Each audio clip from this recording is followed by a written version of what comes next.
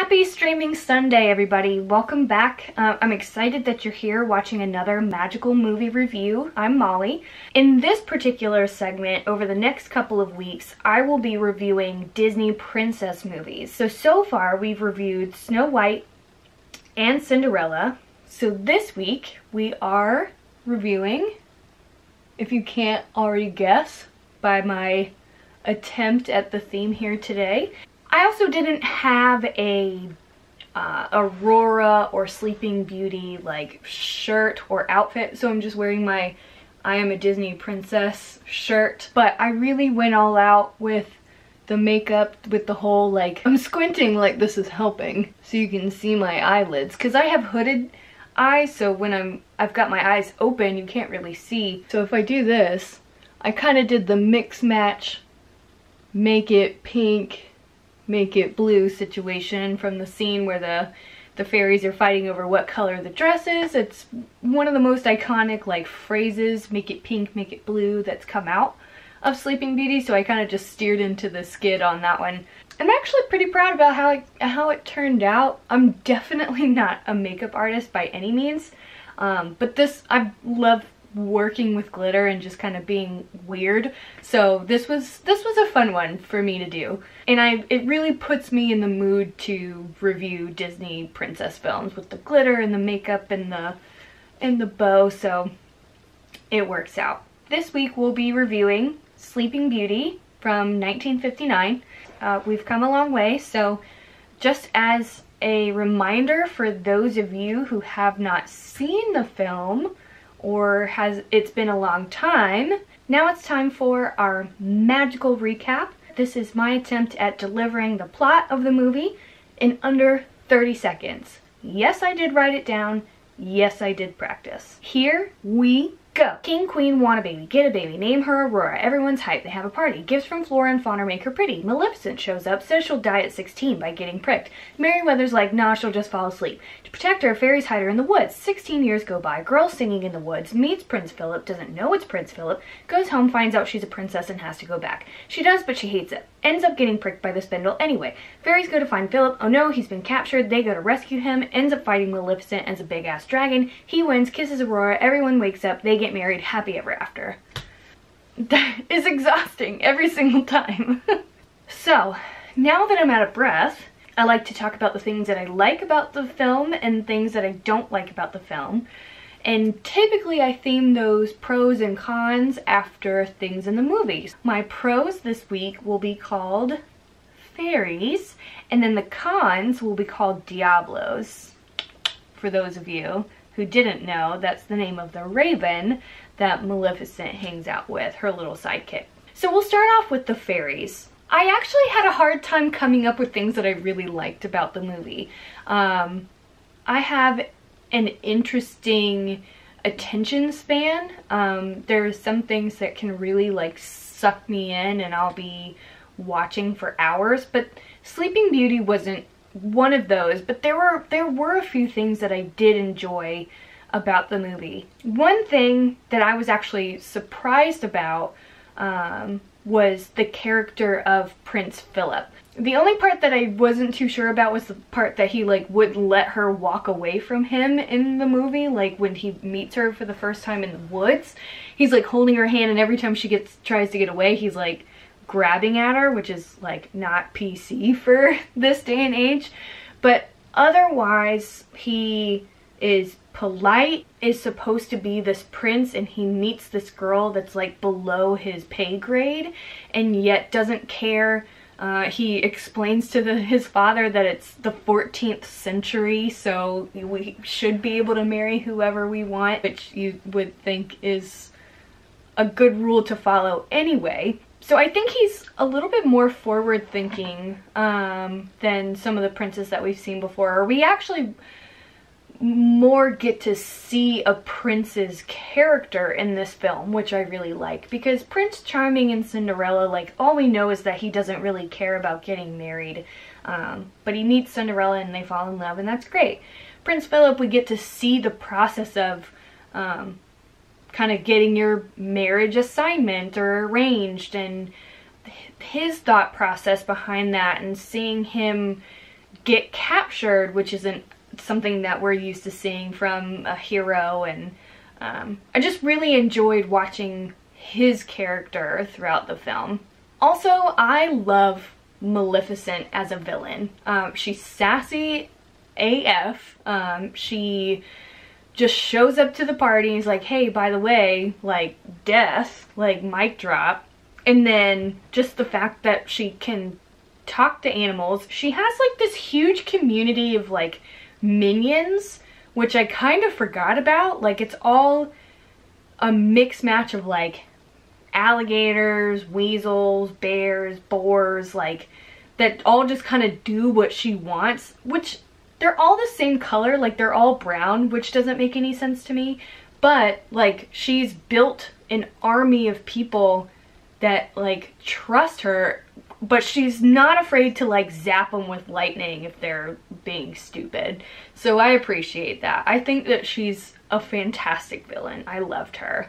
Which kind of is the end of my good list. I have a few more Diablos for this one. While I love Maleficent, she's not actually like that big a part of the story. Like, they don't involve her character that much. Like, we see her in the beginning, she drops the bomb, like, and then we don't see her until almost the very end. She captures Philip in the cottage and then like turns herself into a dragon and then gets defeated.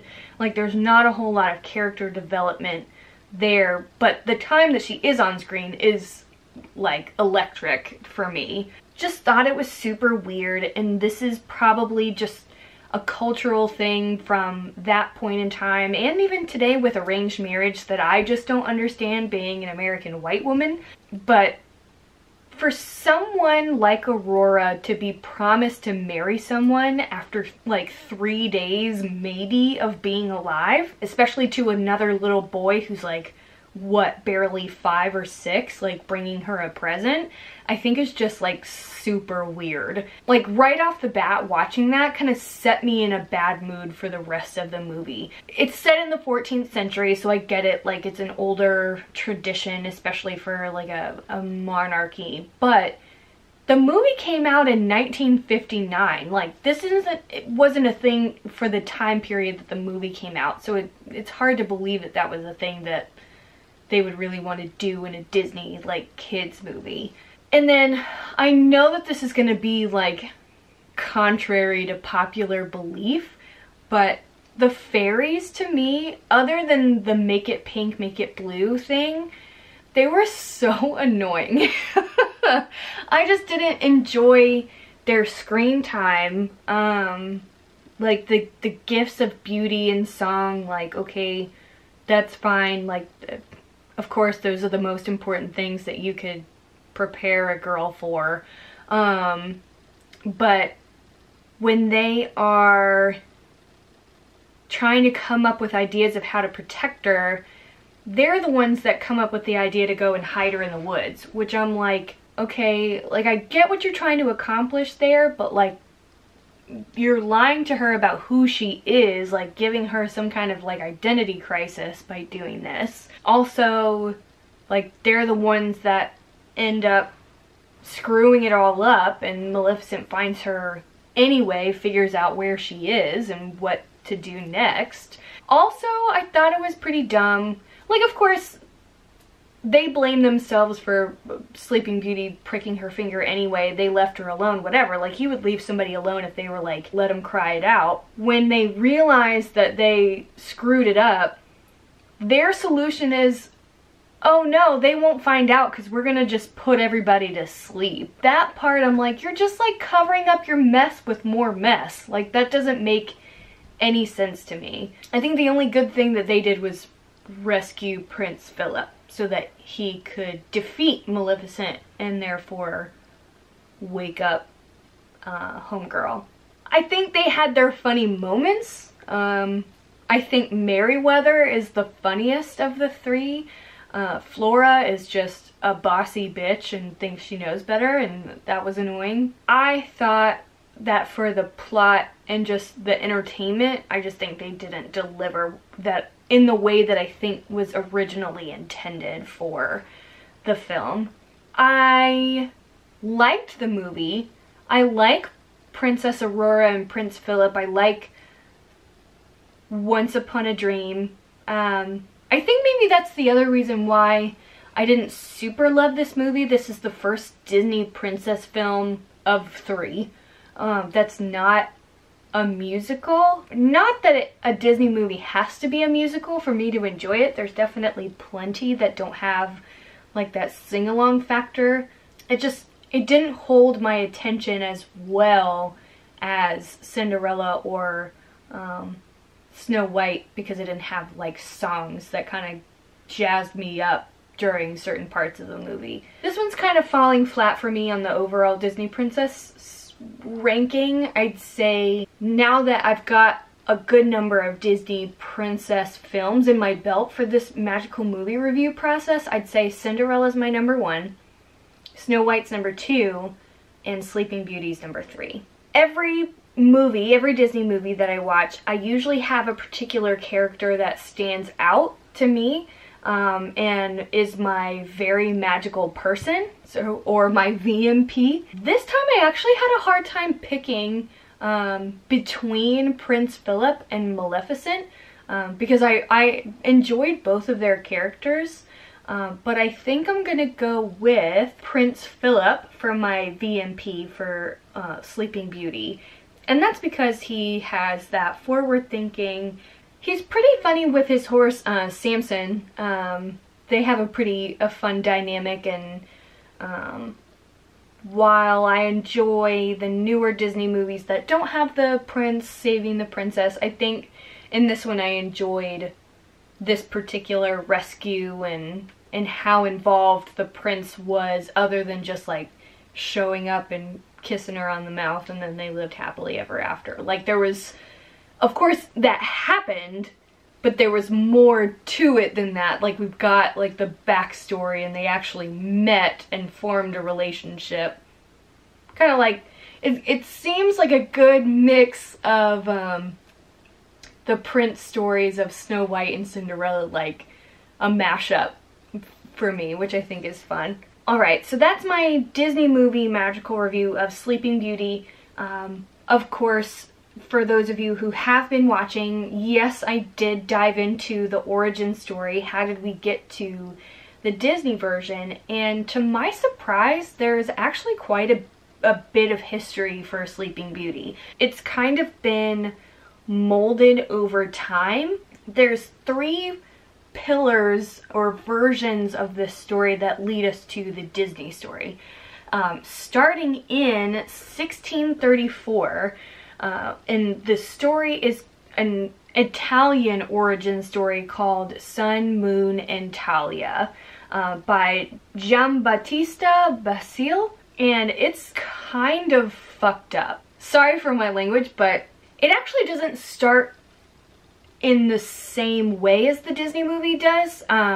There's still a king who is blessed with the birth of a daughter. He names her Talia. He brings in astrologers or wise men, or basically like a council of men, to kind of predict her future and tell me like what are the dangers that she's gonna face and how can I protect her. I think that's fine. They say that she's gonna get a splinter. They don't really say how, but the king still says like, get all the flax, hemp, any other material that can give her a splinter, get it out of the house so that I can protect her. She grows up. It doesn't really say a specific age, but it just says beautiful young lady. Sees a spinster, asks her like, hey, what you doing? Gives her a shot at spinning the wheel, pricks her finger, she falls down. This woman just like takes off running, which I don't blame her. She's the princess. Like, you're probably in a butt ton of trouble. Dad finds out. He's like overcome with sorrow. They basically like kick people out of the house, and then they just like shut in, and he kind of withers away, and like the house is just kind of abandoned with Talia in it. So here's like the really, really messed up part. There's a king that's like hunting in the woods. He loses his falcon. The bird flies into the window of the house. They knock on the door because they assume somebody's in there, but nobody answers, so they just barge on in. The king finds Talia asleep and like tries to wake her up. I'm gonna read it because it just blows my mind how ridiculous this is. Crying aloud, he beheld her charms and felt his blood course hotly through his veins. He lifted her in his arms, carried her to a bed where he gathered the first fruits of love. Leaving her on the bed, he returned to his own kingdom, where in the pressing business of his realm, he for a time thought no more about this incident. This has Brock Turner written all over it. Like, he straight up rapes this girl and then just leaves her in the bed. Then 9 months go by, she has 2 kids, and somehow like fairies appear and help her, and Talia like wakes up and breastfeeds them, and like many months later, I guess the king also like all of a sudden remembers Talia and is like, oh yeah, let me go back and see if she's there. Maybe I need to get some. Doesn't know about the kids. Like, he's just going back assuming this girl is probably still asleep. Shows up, finds out that she had 2 kids.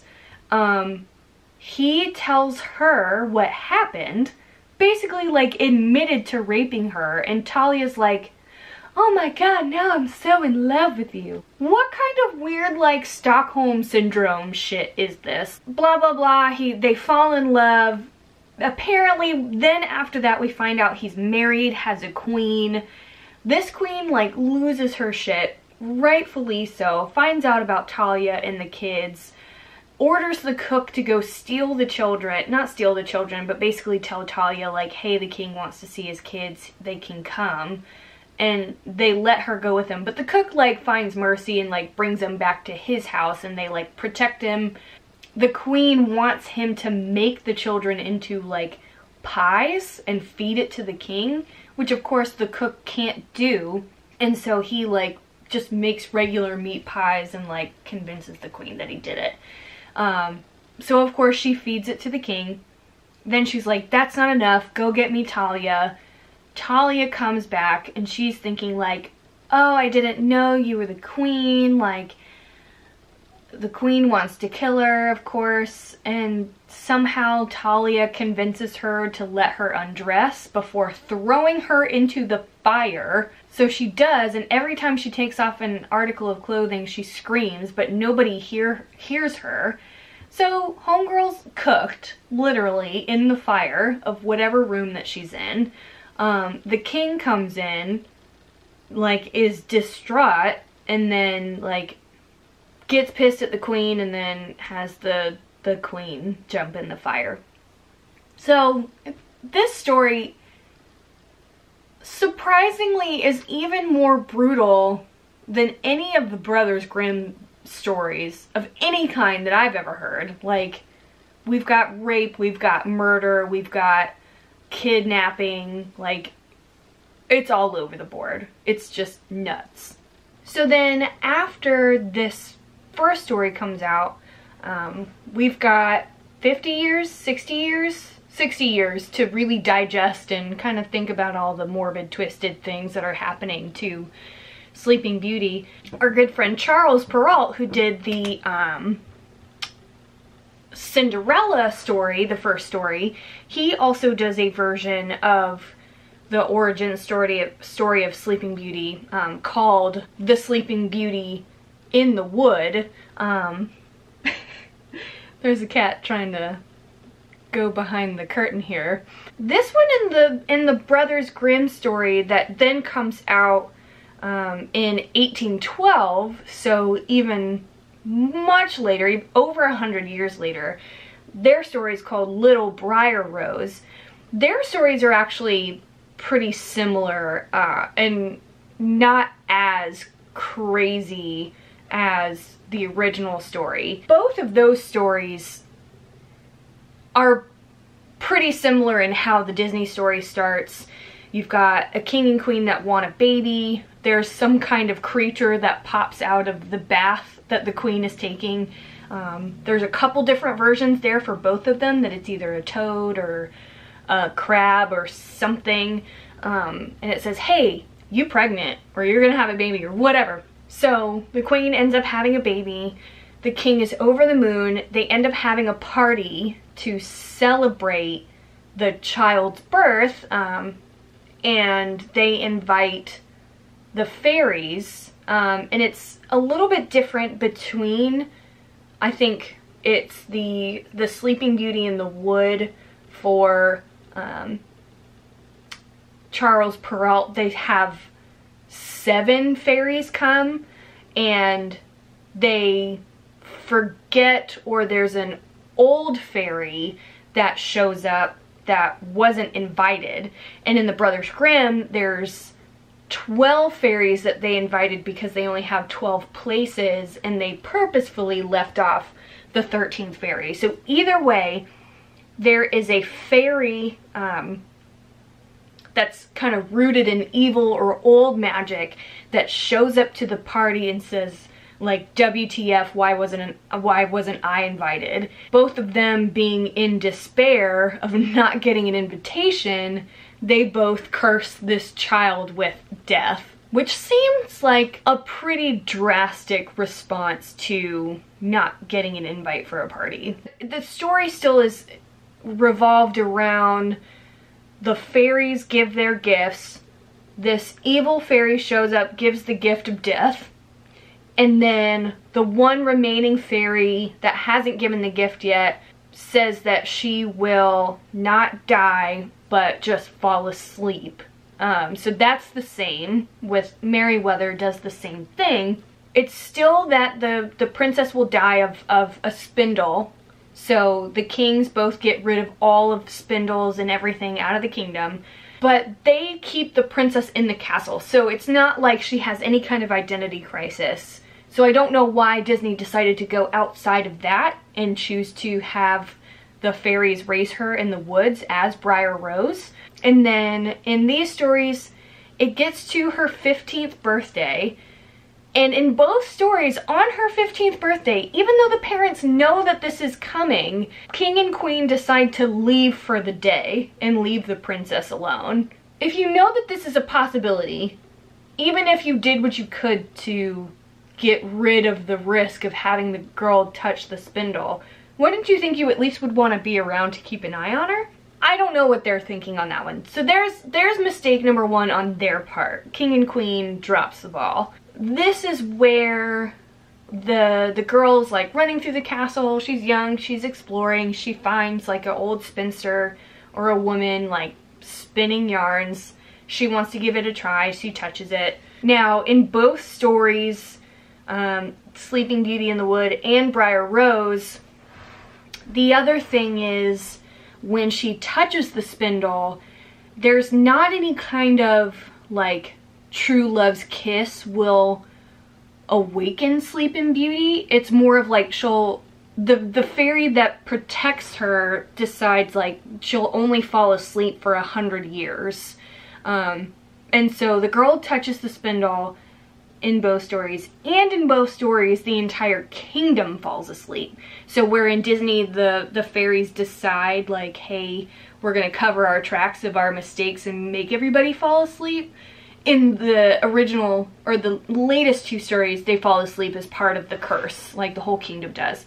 And then it's almost like a briar kind of forms around the kingdom over time, because it's literally 100 years as the story goes on. And they said it's almost like fingers, like protecting the princess in this amount of time. Of course, you know, legends evolve. People kind of have these crazy stories about what's actually living there. And then in the end, a king or a prince of some kind hears the story of a princess, and it's usually around the time when the curse is already coming to an end that they go and they visit the castle, and instead of a briar, they see that it's like developed into flower, like rose bushes or flower bushes. And this prince or king just kind of walks right through, just kisses the princess, and she's awake and they live happily ever after. Like, so there's not any kind of real rescue going on. Like, they just kind of say like, hey, let me see if there's a princess lying around and I see if I can kiss her, and then it's just over. So it's not really that exciting when it comes to the Disney movie. They have the fight with Maleficent as the dragon, and there's this battle, and that part I enjoy about the Disney story more than the original stories. Although that's not really uncommon for me to say. I think I've tended to enjoy the Disney movies more than the original stories themselves. That's just my opinion. I think this origin story process has taken me the longest to kind of dig through everything. I'll post a link to a page that has all three. Definitely feel free to read through. There's a couple of details that I left out that weren't so important to just the overall story, but they're definitely interesting to read through. I've learned a lot about storytelling in these time periods, like as we're moving through to modern day Disney when they're releasing these princess films. So it's been nice to see not only the Disney evolution of princess movies, but the storytelling of the princesses themselves, or of these women. I hope you guys have enjoyed this. I hope you guys are enjoying the Disney magical movie review series. Please drop any comments below if there's something that you'd like to hear more of, if there's any opportunities that I'm missing when I'm doing these reviews, and if you have any ideas for future magical movie reviews, I'd love to hear them. Otherwise, have a great Sunday, and I hope you have a magical week.